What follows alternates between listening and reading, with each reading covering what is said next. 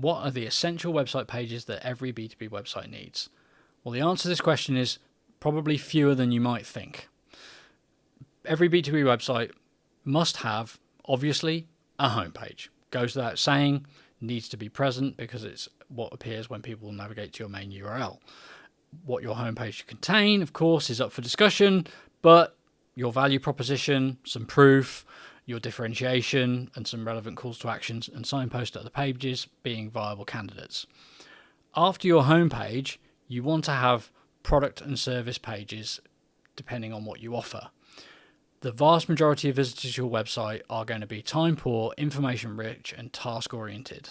They already understand their sector, they already understand their problem and their challenge. They are looking for solutions, and they will navigate by far most often to your products, services, or solutions pages first. So those are the pages to get right, those are the pages to have clear on your navigation, and those are the pages to invest your budget in creating. After products, services, and or solutions, you want to have a quality bottom of the funnel conversion page that's aligned to the most attractive offer you have for your ideal customer. So move away from a generic contact us page, which asks an awful lot of the person filling in the form and doesn't give them an awful lot in return, and instead opt for either talk to sales, take a trial, book a demo, something that has a clear, honest, mutual benefit for you and the person converting and can be used as a clear measure of high intent conversion on your website. After you've created those 3 core essential sets of pages, then you can move on to other pages that are beneficial to your visitor. Typical candidates amongst those being pricing pages, if it's a fit with your offering and your market, and customer or case study type content to really back up your credibility and your value proposition. They're not as important or as critical as home, product, and conversion pages, but they are valuable additions in the right circumstances.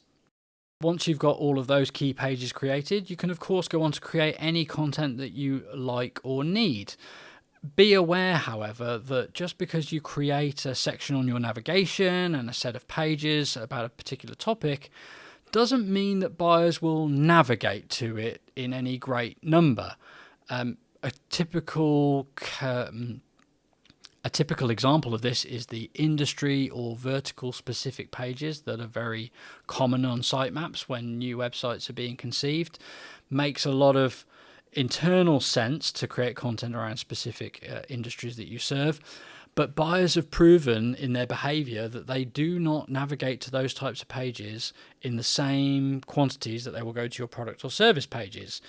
It's because they are familiar with their industry, they don't need you to explain it to them, and when they click on or when they see a navigational heading for an industry term, they're actually not 100% clear what the information on that page is going to be, which might come as some surprise, actually doesn't intrigue, it tends to deter them from clicking on it at all. So what you'll see on your navigation and on your heat maps is that people will go to your products and services in great numbers, and they may well skip over your industry, vertical, persona, sector content altogether.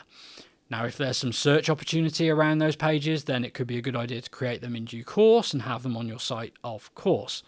But it's not going to serve to get more buyers to engage with your content and into your pipeline necessarily. The same goes for resources pages. Pages that organize and make your resources accessible to your website visitors often sound and feel like a good idea, but they're not likely to be trafficked in any high quantity.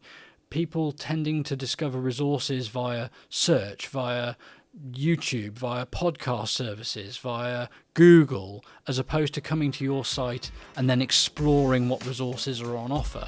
So by all means create it when you've covered off other priorities, but don't make it your first objective to do so, because it's not going to feature highly on your ideal customer's journey through your website.